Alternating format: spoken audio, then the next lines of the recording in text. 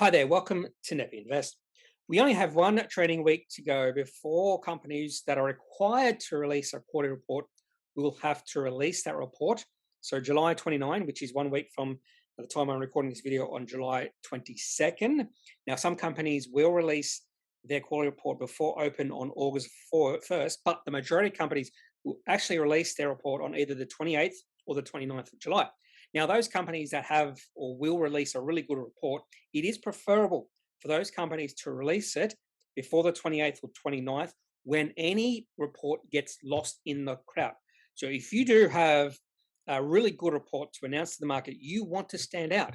And it's better to release your Appendix 4C or 5B earlier as possible. And so far, in the first 3 weeks of July, 3 Appendix 4Cs have stood out from the crowd. The first one is Megaport, and I've already done a video on that company.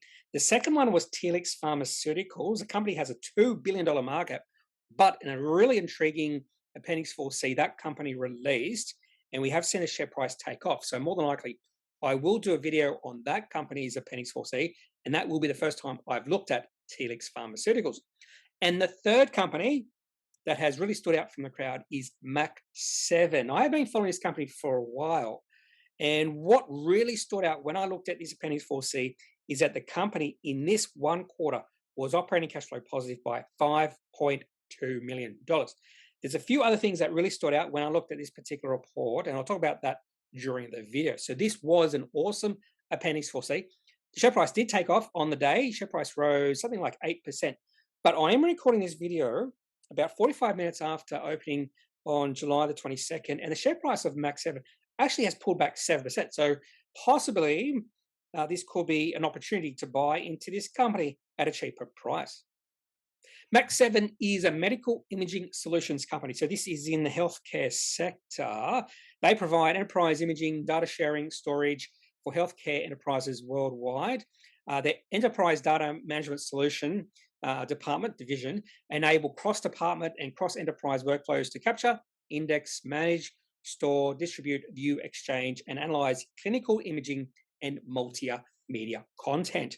Now, this company was founded in 2007, and even though it was founded in 2007, the company listed in November 2005. Now, of course, Mach7 didn't list then.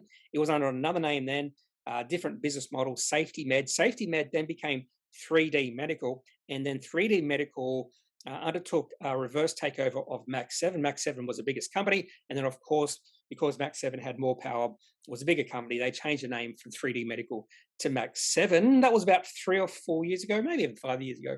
I'm getting old, and time, all the years just sort of blend together. Anyway, the CEO, current CEO and co-founder is Mike Lampron. A couple of interesting shareholders: Australian Ethical Investments, 11.1% holding, and Climb Investments, 7.3%. Over the past 9 months, that has flipped. So it used to be Climb Investment had the biggest shareholding, and then AEI has built up their shareholding over the past 9 months.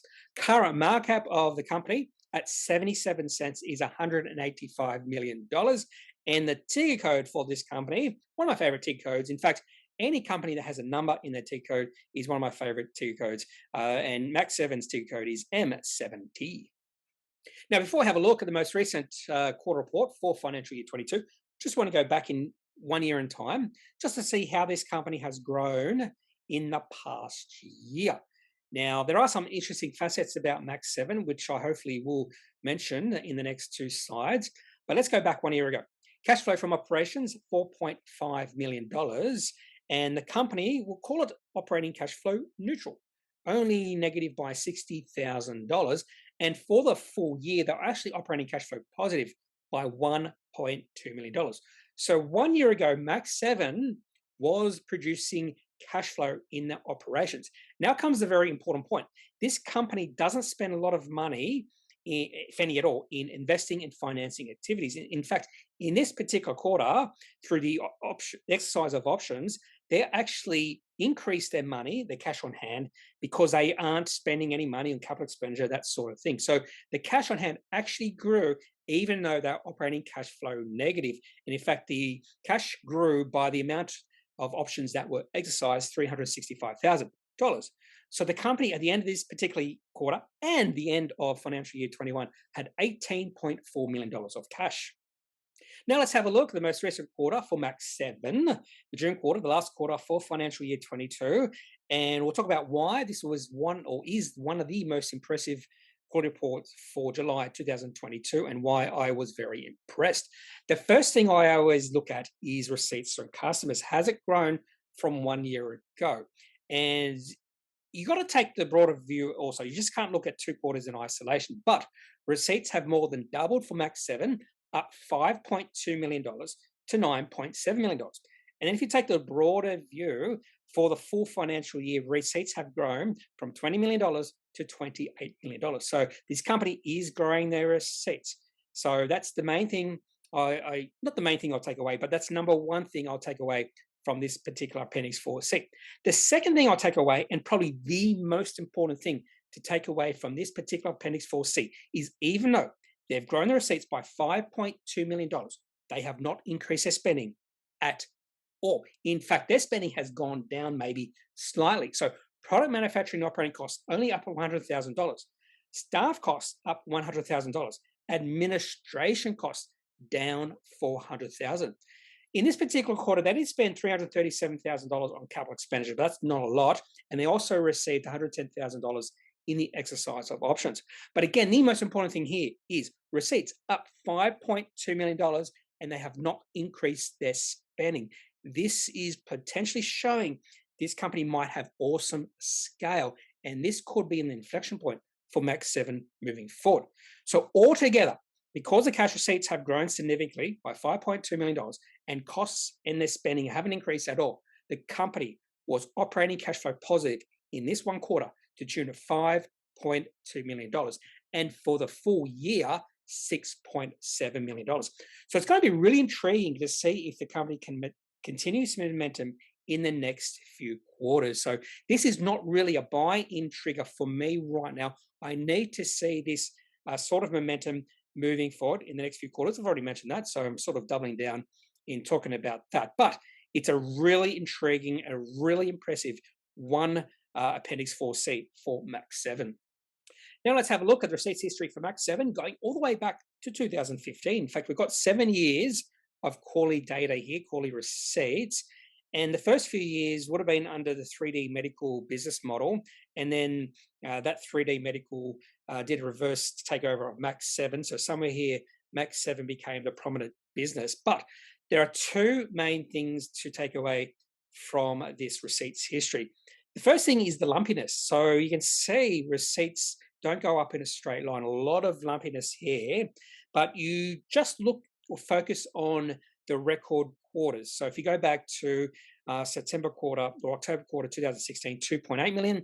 Then we had a record quarter of 4 million in the start of 2018 at 4.7, 6.6, 8.4, 8.6, and then the most recent quarter was another record quarter for the company with 9.7.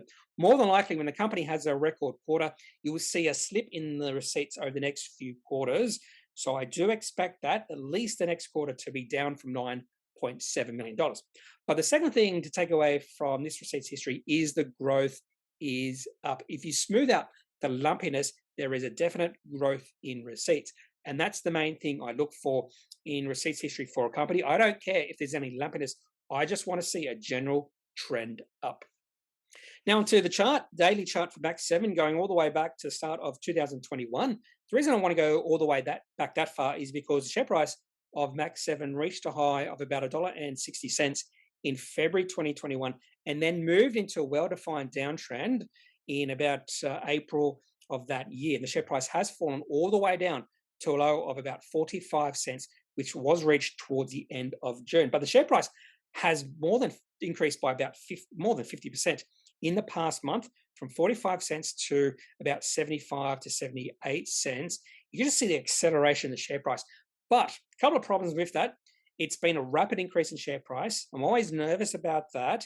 And it hasn't been on high volume. And I would imagine it's going to be moving through fairly significant resistance levels because a lot of investors have bought in the past 18 months at higher prices. And they will be looking for an opportunity to sell out of Mach7 because, of course, a majority of investors when they buy into a company, expect the share price to rise immediately. And when the share price drops, they all want to sell out because they believe the company is a dog stock. I can't believe how prevalent that belief is, that as soon as a company falls, when you buy it, it automatically becomes a dog stock. You just want to sell out at a break even situation. That's why there's going to be a lot of resistance moving forward. I would have preferred a consolidation period so all those holders gets a little bit bored with the company going sideways and will sell out during that consolidation period. A lot of times when you see share price bounce like this after a long-term downtrend, you won't see this sort of share price rise last very long, and there will always be a pullback. So I do expect a bit of a pullback with Mach7 unless we start to see more volume come in. I thought this particular Appendix 4C would have led to more volume, more interest in the market. It has not happened, and we have seen that lack of interest with share price pulling back on the 22nd of July. Last time I looked, it was down 7%. So keep an eye on Mach7, particularly keep an eye on the chart just moving forward, and the next Appendix 4C that will be released in October. So only 3 months from now. Look out for Mach7's Appendix 4C. That's all I have for this Appendix 4C video for Mach7, looking at their June quarter report. It looks like an awesome, brilliant, amazing Appendix 4C, but it is just a one-off. We need to see this sort of Appendix 4C for Mach7 in subsequent future quarters. I think more than likely we'll see a pullback in receipts in the next quarter. The company won't be quite as operating cash flow positive, but if they can remain operating cash flow positive, even if receipts pull back, that will be an awesome step forward for this company. So things are looking bright for Mach7 moving forward. Share price is starting to show signs of life after a long-term downtrend, but I'm going to keep an eye on the chart, and I'm going to keep an eye on Mach7's September quarter report that will be released in October. If you have any questions, any thoughts, please leave those in the comment section of this video. Otherwise, I'm not a financial advisor. If you do need financial advice, make sure you seek out someone who is qualified and can speak to your own financial needs. That's it for this video. Have a good day. Bye.